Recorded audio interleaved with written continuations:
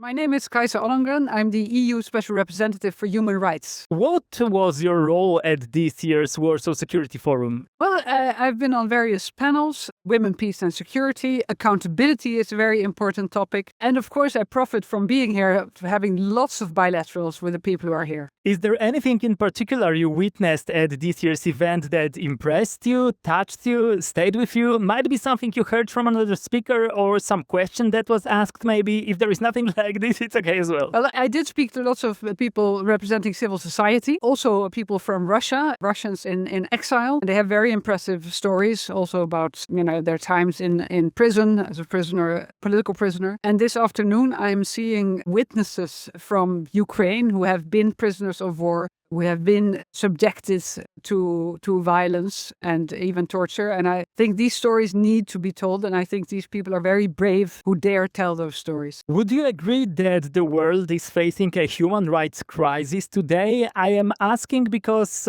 to me, despite all the conventions, treaties, agreements, and other international documents signed, when push comes to shove, they are often completely disrespected also by the UN Security Council permanent members. I think you're right in saying there's a human rights crisis. There are many armed conflicts in the world. There is the war in Ukraine, there is the war in Gaza, there is the war in Sudan, and there are numerous other places where international humanitarian law is not respected, which is a big problem. I think also we're witnessing a really democratic backslide. We're witnessing countries where the space for civil society is being limited. And these are really important topics. I mean, those human rights, we didn't agree on all those charters and treaties for nothing.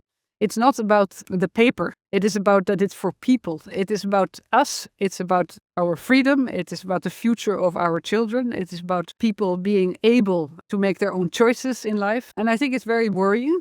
And I will really be a strong advocate for these freedoms that we call human rights, but they're really universal values and they're about human dignity. There is also an economic aspect to this because, as Tom Fletcher, I think, recently mentioned, the UN human rights head, as far as I remember the position, funding is going down in almost all areas when it comes to human rights organizations. I also recently interviewed Jörg Eglin, who was the head of ICRC department in Ukraine, and he also confirmed that in ICRC it's like 17% drop from previous year to this one, and it's a part of ongoing trend, not a singular event. I'm afraid that's right. So I talked to civil society, and this is what they're saying. Funding is going down. Not only from the US, of course, we know what's happened there, but also other governments have made these choices. And I always say, we have to invest in our defense and our security. We have to invest in what we call hard power. But hard power does not work without soft power. So it's incredibly important to have those voices out there, to be able to work on accountability, on women's rights. And there, civil society is extremely important. Let's not make the mistake of thinking that hard power can solve everything. Following up on one of my previous questions, do you think there is any way to effectively enforce respecting human rights around the globe? Because again, when only some parties respect them, they become a tool used by the proverbial bad guys to reshape the playing board in their favor. I think one of the reasons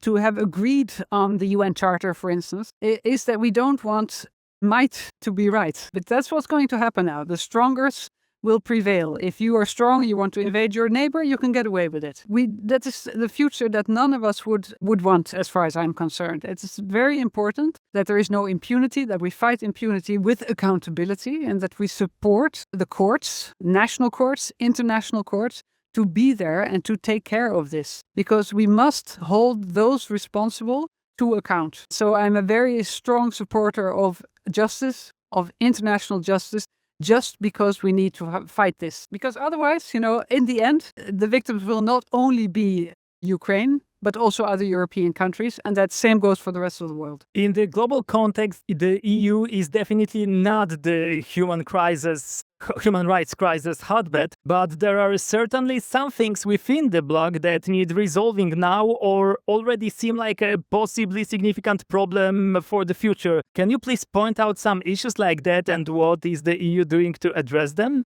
Well, if you talk about the EU internally, I mean, the EU is 27 countries with 27 election systems, political priorities, and cultural differences. And the EU is certainly not perfect. But the EU is very, very strong supporting human rights in the world, is a very vibrant democratic union. And we also have our mechanisms internally to see if things are going in the wrong direction. So countries who have previously made choices that went against these values and these principles have also felt this by, for instance, withholding funds, like has happened to Hungary, and also to Poland previously. But I mean, and in Poland, there have been elections again, and the new government has taken a different course on that. So I think we have to be honest about this. We also have to be humble. We have to be humble towards the rest of the world, say we are not perfect, but we are strong believers in these universal values. And we believe that it is better for the people all around the world if these values are applied, because it gives people agency, it gives them freedoms, freedom to speak, freedom to learn.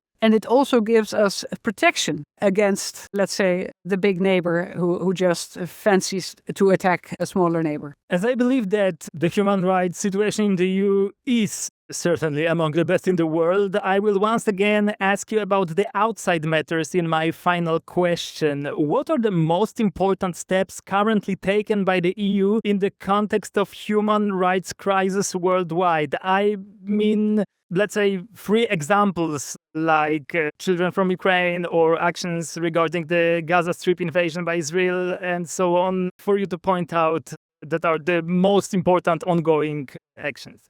Very, very concretely, I think as Ukraine is on our doorstep, is part of our European family, I would say everything that we do to support Ukraine is also protecting human rights. So also the military support. But indeed, as you mentioned, the children, the abducted children, the forcefully transported children in Ukraine, that's very high on our political agenda. We really feel very strongly about this topic. And the president of the European Commission has spoken about this also in New York last week at the General Assembly. So I think that is one of those topics that people also feel in their hearts that this is so wrong and that it has to be amended. But I think also in the Middle East and also in the suffering in Gaza, the famine in Gaza, the children who are being killed in Gaza and standing up against that warfare of Israel is also very important for us. And as I mentioned already, Sudan, I think Africa for us, if you look at Europe on the map, the south of Europe is of course very engaged also with Africa, with the African